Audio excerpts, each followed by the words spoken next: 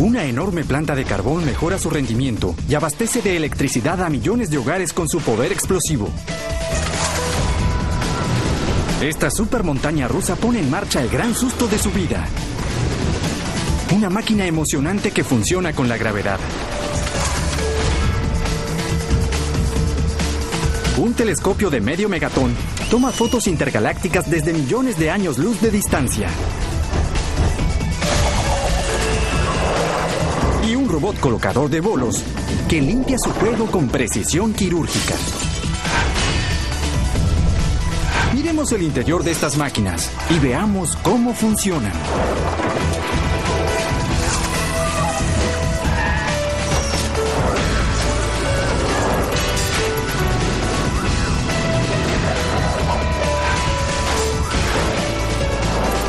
Maquinomanía.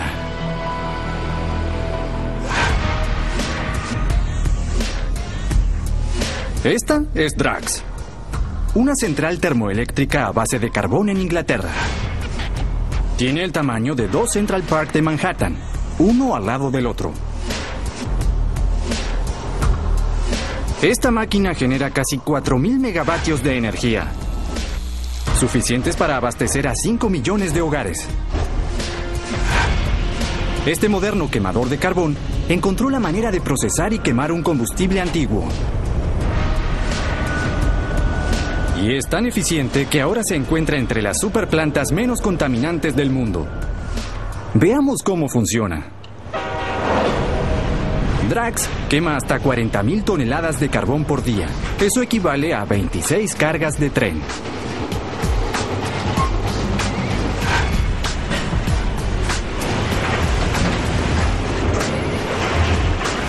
Los trenes descargan el carbón dentro de tolvas gigantes.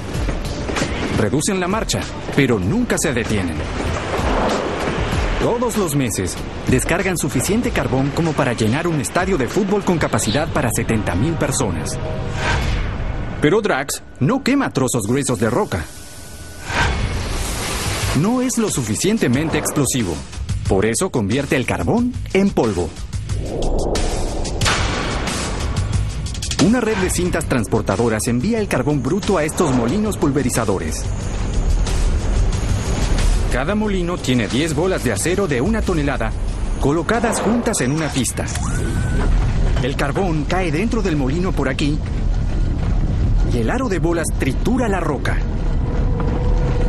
Un solo pulverizador produce 40 toneladas de polvo de carbón en 1 hora. Y Drax posee 60 molinos. El polvo de carbón es ahora un combustible explosivo, encendido con quemadores de propano y petróleo. Esta mezcla de polvo de carbón y aire se quema a 1982 grados Celsius. Cada caldera es como una supertetera, con llamas que alcanzan la altura de 5 pisos, 10 pisos por sobre las llamas, dentro de una red de tubos de acero. El agua se transforma en vapor de alta presión, lo suficientemente caliente para derretir plomo. Drax está lista para generar una gran cantidad de electricidad. El vapor se dirige a la sala de turbinas. Las turbinas están colocadas en 6 unidades, cada una del tamaño de una locomotora. En su interior hay 5 turbinas de vapor. Cada una hace girar un eje de transmisión conectado a un generador. Cuando el vapor llega a las turbinas, su presión explosiva hace girar las paletas a 3.000 revoluciones por minuto. Las puntas de las paletas giran a 1,5 veces la velocidad del sonido, produciendo 1 millón de caballos de fuerza que equivale a 6.500 automóviles. De modo que queman carbón, hierven agua, producen vapor y hacen girar 300 toneladas de acero inoxidable a 1.6 Mach para crear 23.000 voltios de electricidad. El voltaje mide a qué potencia viajan los electrones por un cable.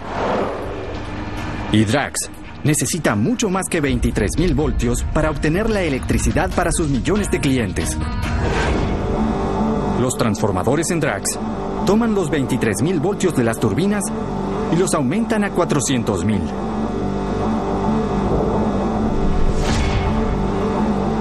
Lo que es excelente para la red nacional.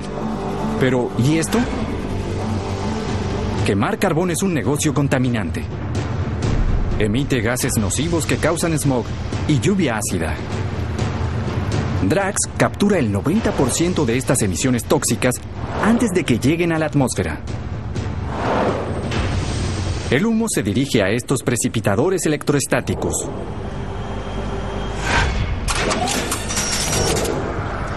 Las partículas tóxicas se adhieren a estas placas de metal como imanes para refrigerador, mientras el humo pasa por allí. Pero el humo filtrado aún contiene azufre, el responsable de la lluvia ácida, de modo que antes de llegar a la chimenea, vuelve a limpiarse. Todas las semanas se pulverizan 10.000 toneladas de piedra caliza y se mezclan con agua para obtener una lechada en esta mezcladora gigante.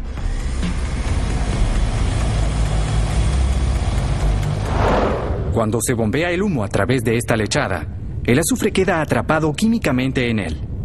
La combinación resultante produce 750.000 toneladas de yeso por año. El material con el que se fabrica la pirca y el cartón de yeso. Existe un último problema.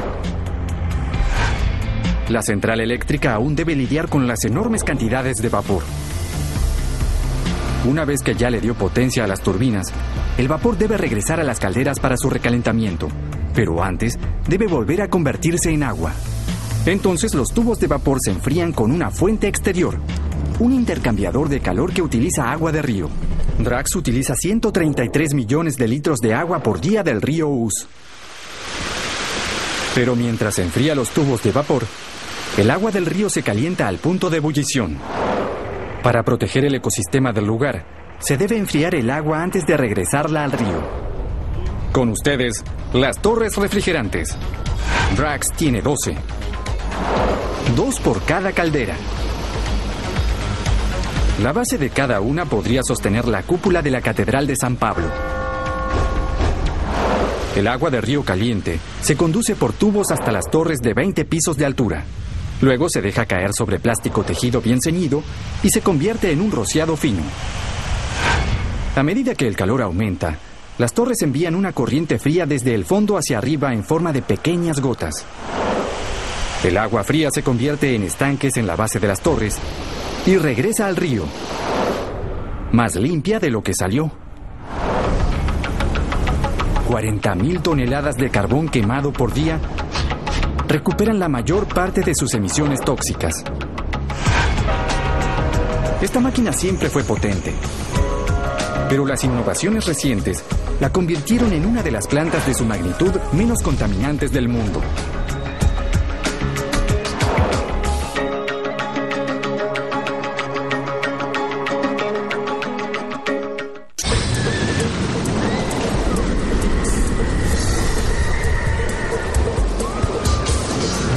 Una vía de 1.6 kilómetros, construida en cemento y metal, de 20 pisos de altura. La Ride of Steel es una máquina diseñada para darles el susto más grande de sus vidas. Dar una vuelta en un tren miniatura sin techo a 75 kilómetros por hora da miedo, pero no tanto como esto. Durante 2 minutos están atrapados en un asiento sobre ruedas. El trabajo de esta máquina es mantenerte con vida, sin motor, sin conductor, ni frenos. Así funciona. Una vez que parten, la primera subida asciende gradualmente a una altura de 65.5 metros.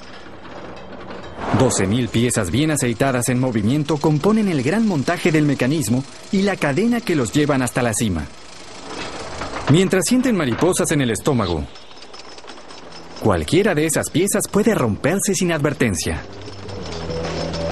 Pero más de 40 sensores controlan la subida y si la cadena se rompe, Los cerrojos de seguridad controlados magnéticamente detienen el tren en segundos.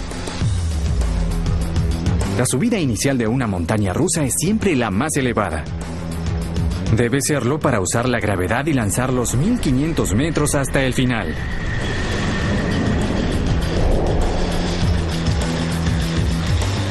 A los 50 segundos de la vuelta, el tren desciende en caída libre en una pendiente casi vertical. De 0 a 75 kilómetros por hora en menos de 2 segundos. Mucho más rápida que un auto de competición. Mientras caen, no pesan nada. Ningún cuerpo que cae pesa nada en caída libre. Hasta que choca contra algo. Afortunadamente están sujetos por la barra de seguridad en su regazo. Sin eso saldrían volando 3 pisos por sobre la vía. La fuerza ejercida en los carros mientras toman las curvas de la vía es más poderosa que lo que se experimenta en el lanzamiento de un transbordador espacial. Para mantener el tren sobre las vías, el sistema tiene 3 pares de ruedas incorporadas que van en todas direcciones para controlar todas las dimensiones de la vuelta. Estas son las ruedas de carga. Durante las maniobras más intensas absorben casi 4 veces el peso del carro. Eso sería más de 50 toneladas de fuerza. Las ruedas guía mantienen centrados a los carros mientras cambian de un lado a otro. Y las ruedas de sujeción sujetan el carro a las vías durante las maniobras más extremas. A los 65 segundos de la vuelta, están a mitad de camino. Cuando creen que se están deteniendo, se enfrentan a la doble hélice de la montaña rusa a unos 100 kilómetros por hora. Y mientras su mente piensa que irá en línea recta, su cuerpo queda amarrado a un tren que circula por el borde de un círculo. Hasta 4 veces la fuerza normal de la gravedad. Eso hace que su cuerpo esté sujeto. El teléfono celular que llevan en el bolsillo ahora pesa 1 kilogramo. Estuvieron volando durante 120 segundos y el final se acerca rápidamente. Recuerden, técnicamente este es un tren desbocado. No tiene frenos. Y deben frenarlo en menos de 3 segundos o descarrilarán. Los frenos normales en este tren destrozarían los carros. De modo que los diseñadores decidieron detener el tren desde afuera. Utilizan los imanes naturales más poderosos del mundo para hacerlo. Cuando las aletas de cobre en los laterales del tren pasan entre los imanes, crean un remolino de corrientes opuestas. Estos frenos magnéticos detienen el tren en solo 2.8 segundos.